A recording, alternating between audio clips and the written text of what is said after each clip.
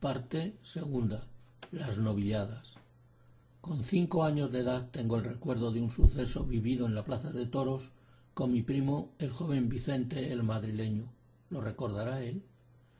Pese a lo trasto que era, mi primo decidió llevárseme con él a ver la novillada, pues los madrileños me querían muchísimo. Recuerdo, casualidad, que en la tercera tijereta de la barrera, creo, a la derecha de los antiguos toriles, sobresalía un madero en su parte superior, y allí me colocó delante de él. Como no paraba de moverme, acabé cayendo a la arena de la plaza, y desde el suelo vi el toril izquierdo abierto y el toro al final del mismo. Me subieron de nuevo a mi asiento en volandas.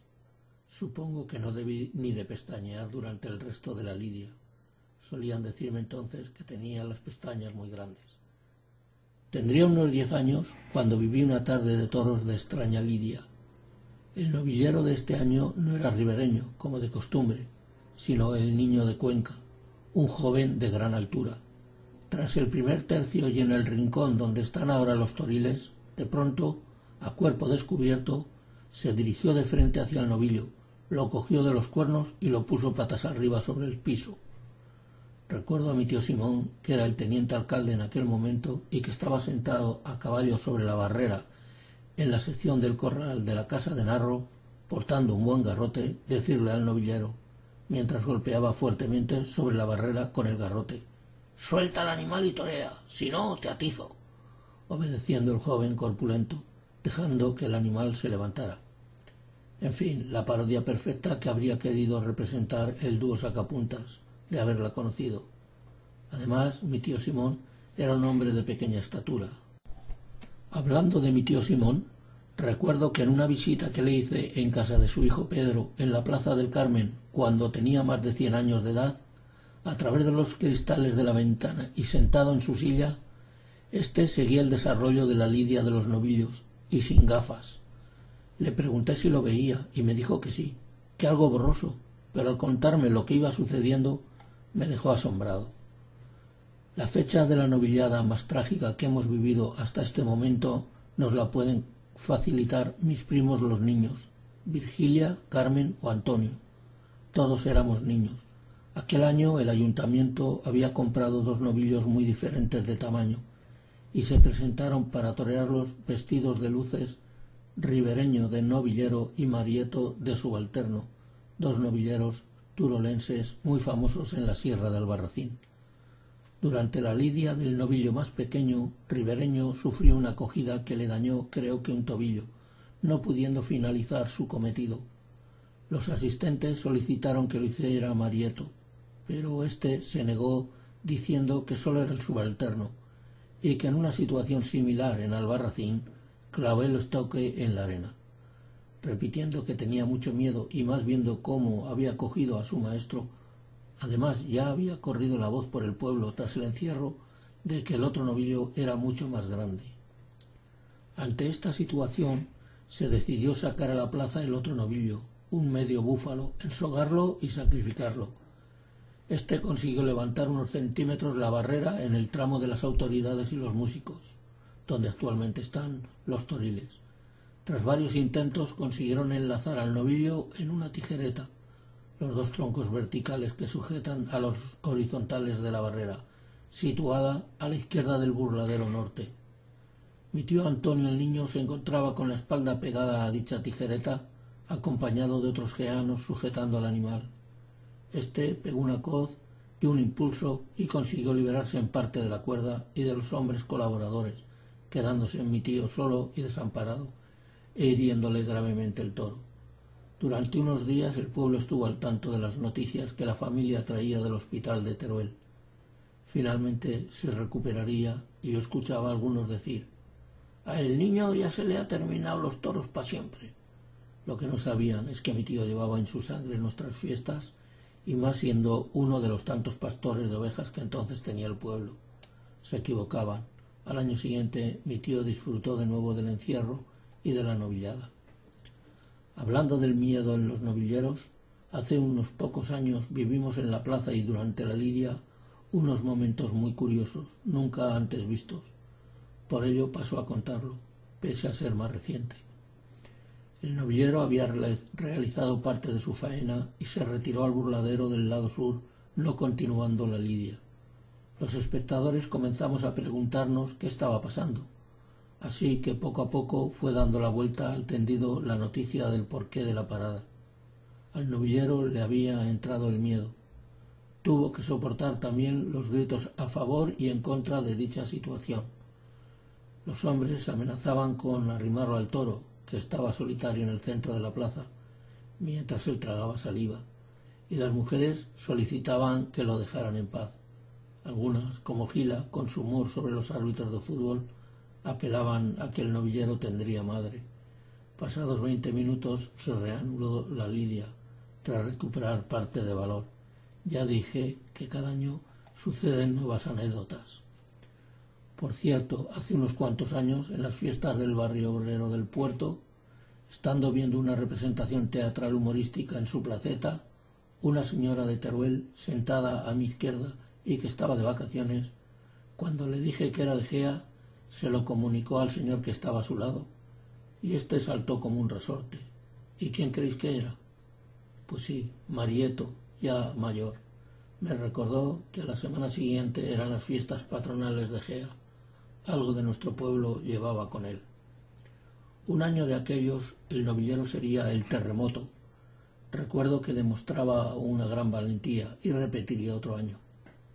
En otras fiestas actuaría voluntariamente el torero mexicano o granadino Manolo Carra, dado que le unía gran amistad con el geano Perfecto, hijo del tío La Huerta y que vivía en Barcelona. Carra, unos días antes, había cortado una oreja a un toro en la Plaza de Toros Monumental de Madrid. Perfecto, persona introducida en el mundo de la tauromaquia, conseguiría que toreros y novilleros de gran prestigio nos ofrecieran su arte en nuestra plaza. Caso del malagueño Miguel Márquez, para mí el novillero que más evolucionaría en poco tiempo de los que pasaron por Gea, quien al año siguiente, habiendo ya tomado la alternativa al igual que el cordobés, ídolo de las masas de la tauromaquia en aquella época, superaría a este en el número de corridas. Además, pese a ser pequeño de estatura, colocaba las banderillas de maravilla. Otro amigo de Perfecto y que también conseguiría traer hasta nuestro pueblo sería Antonio José Galán. Hay que agradecer a Perfecto aquellos detalles que tuvo para con su pueblo y, por supuesto, a aquellos toreros que se arriesgaron a una lesión en plena temporada. Tengo constancia de que Perfecto incluso acompañó a algunos de sus amigos, toreros y novilleros, en sus actuaciones en Francia. Recuerdo que el hijo de una turronera que siempre venía al pueblo en fiestas y que ya de niño ayudaba a su madre, también vendría algún año después como novillero, no recuerdo su nombre. Por cierto, estuve a punto de ver la alternativa del cordobés en su Córdoba natal, ante la presión de algunos compañeros aficionados, pero como el alumno externo que debía conseguir las entradas se recreó, nos quedamos sin ellas. Menos mal, aquel extra me iba a dejar sin fondos algún mes, y aún peor si se hubiera celebrado, pues se suspendió por la lluvia.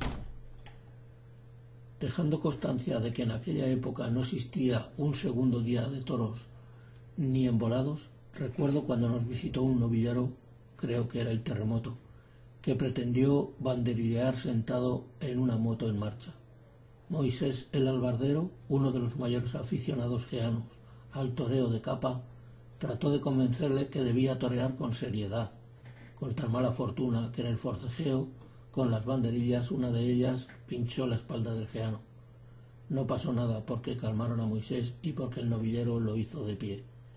Digamos que además de Moisés, durante los encierros y con los novillos y en la plaza, otros geanos desde muy jóvenes se atrevían a dar capotazos, por lo que se tomaban el momento de la lidia con mucho interés.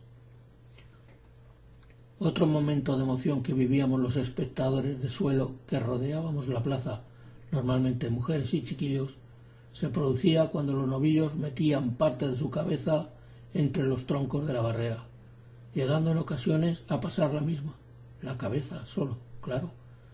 En cierta ocasión mi tía Consuelo la alguacila y su amiga Petra la matrona la tuvieron sobre sus faldas, saliendo despedidas hacia atrás. Por cierto, existía otro peligro para los de pie, proveniente de tablados, carros y barrera. está ocupada por los cellanos desde horas antes del comienzo de la corrida. Así que, en cierta ocasión, colgaba media pierna de chiquilla entre dos tablas del tablado de la izquierda de los toriles. Esta dio un zapatazo en la frente a Pedro el Matrón, que lo dejó noqueado, pero éste aún tuvo fuerzas para instintivamente darle un fuerte pellizco en las corvas a la causante. Por el grito de ésta supimos que se trataba de Ana Boada, una de las sobrinas de la esposa de Pepe el Fortea, los dueños del estanco. Lo sentí, era una de mis bailadoras. Por cierto, hablando del graderío, una parte de él era propiedad del ayuntamiento, con coste económico para el espectador, y la restante, en la cual se colocaban carros y tablados, era gratuita y solo había que solicitarlo en el ayuntamiento. Espero que alguien me informe más sobre las bases establecidas en aquella época para este último caso. Ya dije en alguna ocasión que tengo un vago recuerdo de la novillada que se celebró en la plaza del ayuntamiento cuando yo era muy pequeño, desconociendo el motivo. Se trataba de un solo novillo y el toril estaba en el rincón de la puerta del carrerón. Me pregunto cómo se ubicarían los espectadores, pues ya sabemos que durante tal acto al pueblo venían muchos forasteros para asistir a la corrida. Además, Gea contaba entonces con unos 1000 habitantes. Las bromas en la plaza han acompañado a los festejos taurinos en muchísimas ocasiones.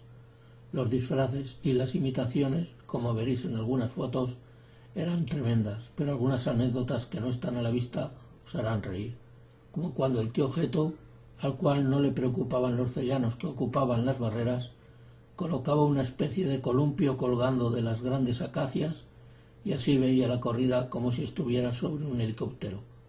Pero la broma subía de tono cuando algún bromista desataba las cuerdas y lo hacía descender casi hasta el toro, con el consiguiente susto. En este sentido he de comentar lo graciosos que eran algunos personajes, como por ejemplo el gachero.